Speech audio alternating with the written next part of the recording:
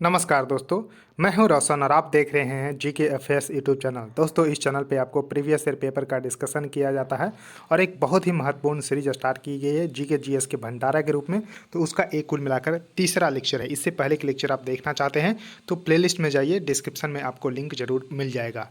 और नोट्स अपना साथ में बनाते जरूर चलिए और इसको रिवाइज लगातार करिए, क्योंकि revision is the key of success. तो इस तरह से आपको ध्यान रखना है। और पीडीएफ आपको हमारे टेलीग्राम चैनल पे मिल जाएगा। और दोस्तों, आपके पास कोई भी एग्जाम का पेपर होता है तो आप gkfs25@gmail.com पे जरूर भेजते रहिए।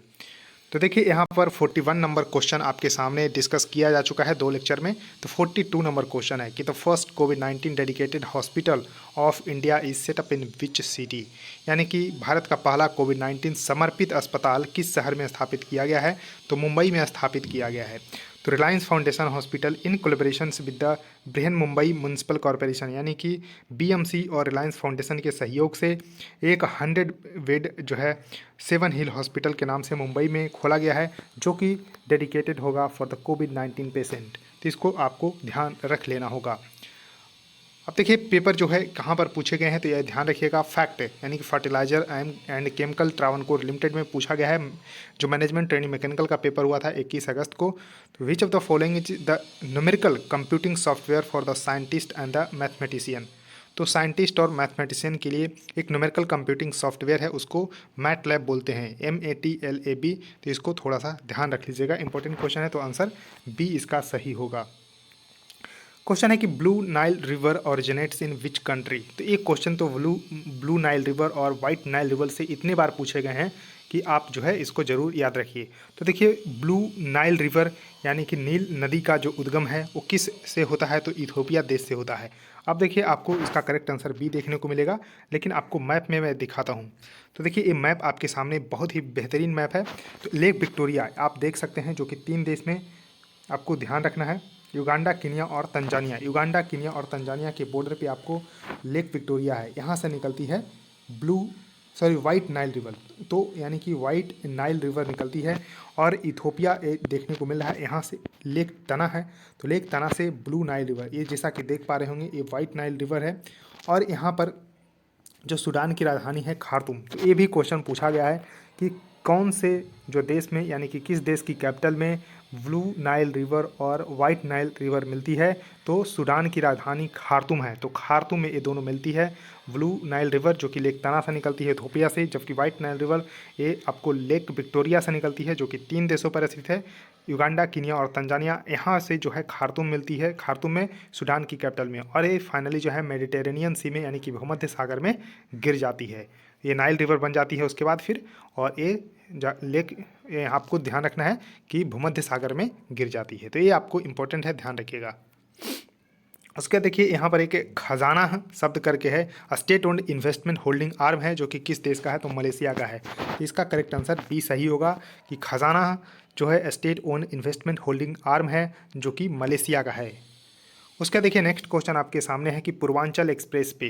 तो देखिए, देश में एक्सप्रेस वे को बढ़ावा दिया जा रहा है, यानी इसमें लगातार जो है विस्तार किया जा रहा है, और जो कि आवागमन के लिए और जो सामानों का एक स्थान से दूसरे स्थान पे जो पहुंचाते हैं, लॉजिस्टिक्स, उसमें जो है आसानी लाने के लिए एक्सप्रेसवे का निर्माण किया जा रहा है। तो पूर्वांचल एक्सप्रेसवे का निर्माण उत्तर प्रदेश राज्य में किया गया है। तो करेक्ट आंसर यहाँ पर ए सही होगा। अब देखिए, और भी एक्सप्रेसवे का निर्माण किया गया है, जैसा कि आप देख पा रहे होंगे। तो यह पूर्वांचल एक्सप्रेसवे जो कि लखनऊ से गाजीपुर के बीच में है। उसके बाद आपको देखने को मिल रहा है आगरा से लखनऊ के बीच में आगरा एक्सप्रेसवे है। उसके बाद यहाँ पर आपको यमुना एक्सप्रेसवे देखने को मिल रहा होगा, जो कि नोएडा से आगरा के बीच में है। यानी कि 3 एक्सप्रेसवे आप यहाँ से देख पा रहे होंगे। तो इसमें आपको ध्यान रख लेना होगा, बहुत ही इंपॉर्टेंट है। तीनों एक्सप्रेसवे का नाम मैंने आपको बता दिया है। उसके देखिए, when is the international literacy day जो है सेलिब्रेट, यानी कि आपको ध्यान रखना है कि अंतर्राष्ट्रीय साक्षरता दिवस जो है कब मनाया जाता है? तो देखिए, इंडिया में 5 सितंबर को नेशनल टीचर्स डे के रूप में मनाते हैं। तो उसकी जस्ट 3 दिन बाद ही अगर आप टीचर से ज्ञान प्राप्त करेंगे तो आप लिटरेट हो जाएंगे, यानी कि आपको लिटरेसी प्राप्त हो जाएगी। तो इसको ध्यान रखना है। तो यानी कि नेशनल टीचर्स डे 5 सितंबर, और 3 दिन बाद ही आप जो है साक्षर हो जाएंगे। तो अंतर्राष्ट्रीय साक्षरता दिवस 8 सितंबर को मनाया जाता है। इसको थोड़ा सा ध्यान रख लीजिएगा। तो ये ट्रिक है एक तरह से कहते हैं कि जब टीचर के पास जाइएगा, गुरु से ज्ञान की प्राप्ति करिएगा, तब आप साक्षर हो जाइएगा 3 दिन बाद ही। तो बस 5 से 8 आपको ध्यान रख लेना है, 5 को नेशनल टीचर्स डे और 8 को इंटरनेशनल लिटरेसी डे। अब देखिए क्वेश्चन है कि name the first Indian businessman who found place in the cover story of the force magazine. तो फोर्स मैगजीन में यहाँ पर कवर पेज पे आने वाले पहले भारत के बिजनेसमैन कौन थे, व्यवसायी कौन थे? तो अजीम हासम प्रेमजी, अजीम हासम प्रेमजी थे। तो करेक्ट आंसर यहाँ पर डी सही हो जाएगा। अब देखिए क्वेश्चन है कि the play ground of the baseball. तो बेसबॉल के मैदान को क्या कहा जाता है, यानी कि बेसबॉल जो खेलते हैं उसके खेल के मैदान को तो डायमंड कहा जाता है।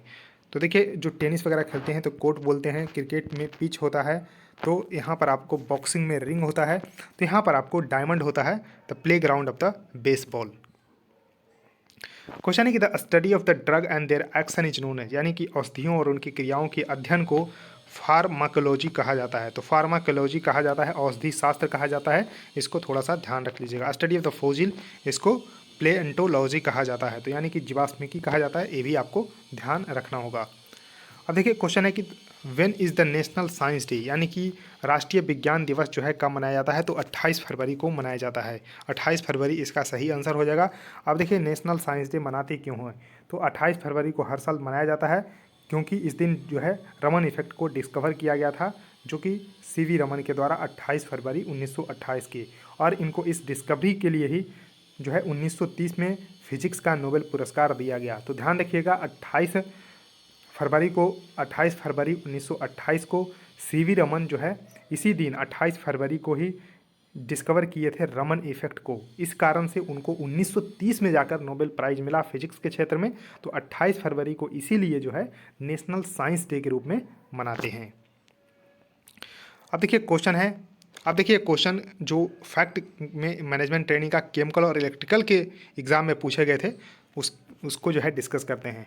तो देखिए चेयरमैन पूछा गया है कि ड्राफ्टिंग कमेटी के चेयरमैन कौन थे? तो ये तो कई बार एग्जाम में जो एग्जामिनर का फेवरेट क्वेश्चन है कि ड्राफ्टिंग कमेटी यानी कि संविधान सभा की जो प्रारूप समिति बनी थी उसके अध्यक्ष कौन थे? तो BR अम्बेडकर थे। तो इसको करेक्ट आंसर डी हो जाएगा, BR अम्बेडकर इसका करेक्ट आंसर हो जाएगा। तो देखिए कुल मिलाकर 7 मेंबर थे, तो 6 मेंबर और आपको याद रखना होगा। तो KM मुंशी थे, उसके बाद मोहम्मद सदुल्ला थे, उसके अलादी कृष्ण स्वामी अय्यर थे, गोपाल स्वामी अयंगर थे और N माधव राव थे। He replaced BL Mitter who resign due to ill health, यानी कि N माधव राव आए थे किनके स्थान पे?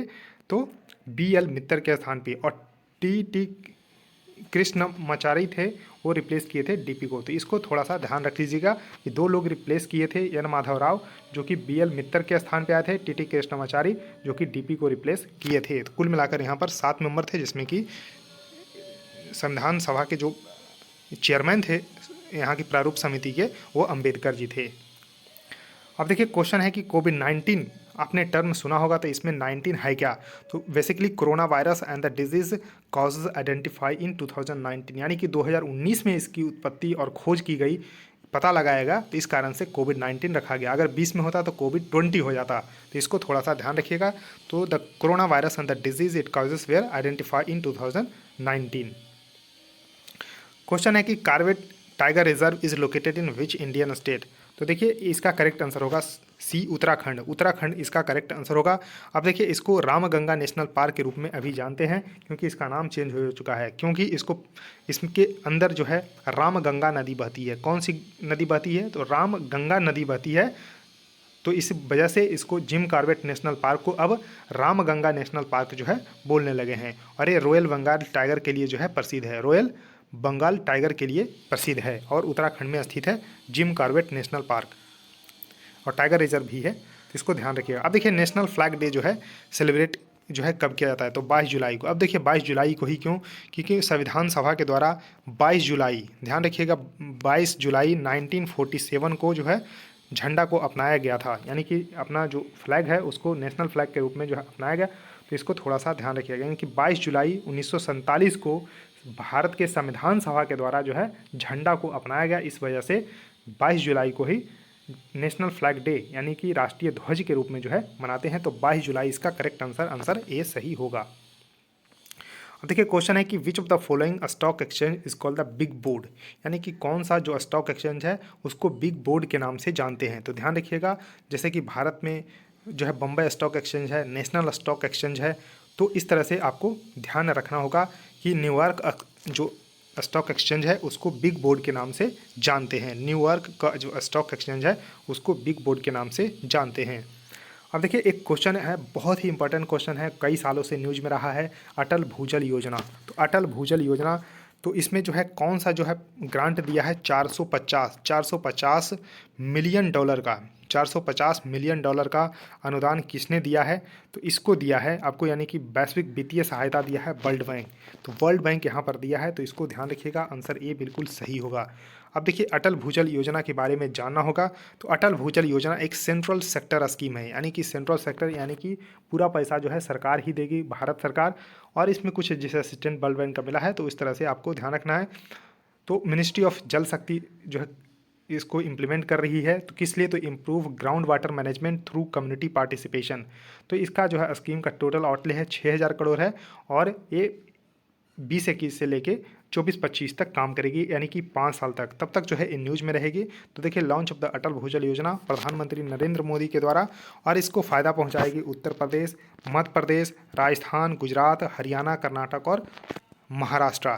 तो इस तरह से आपको ध्यान रखना होगा कि 7 राज्यों में इसको इम्प्लीमेंट किया गया है। और देखिए 25 दिसंबर 2019 को अटल भूजल योजना जो है लॉन्च की गई है। तो डेट भी याद रखिएगा, 25 दिसंबर 2019 को। और ये आपको सेंट्रल सेक्टर स्कीम है, और इसमें जो असिस्टेंट दे रही है 450 मिलियन डॉलर का वर्ल्ड बैंक दे रही है। अब देखिए क्वेश्चन है कि the international institute for the population science, जिसको शॉर्ट में IIPS है, वो आपको किस मिनिस्ट्री के अंतर्गत जो है एडमिनिस्ट्रेटिव कंट्रोल है? तो ministry of health and the family welfare के अंतर्गत ये है, तो आपको इसको ध्यान रखना होगा, ministry of health and the family welfare.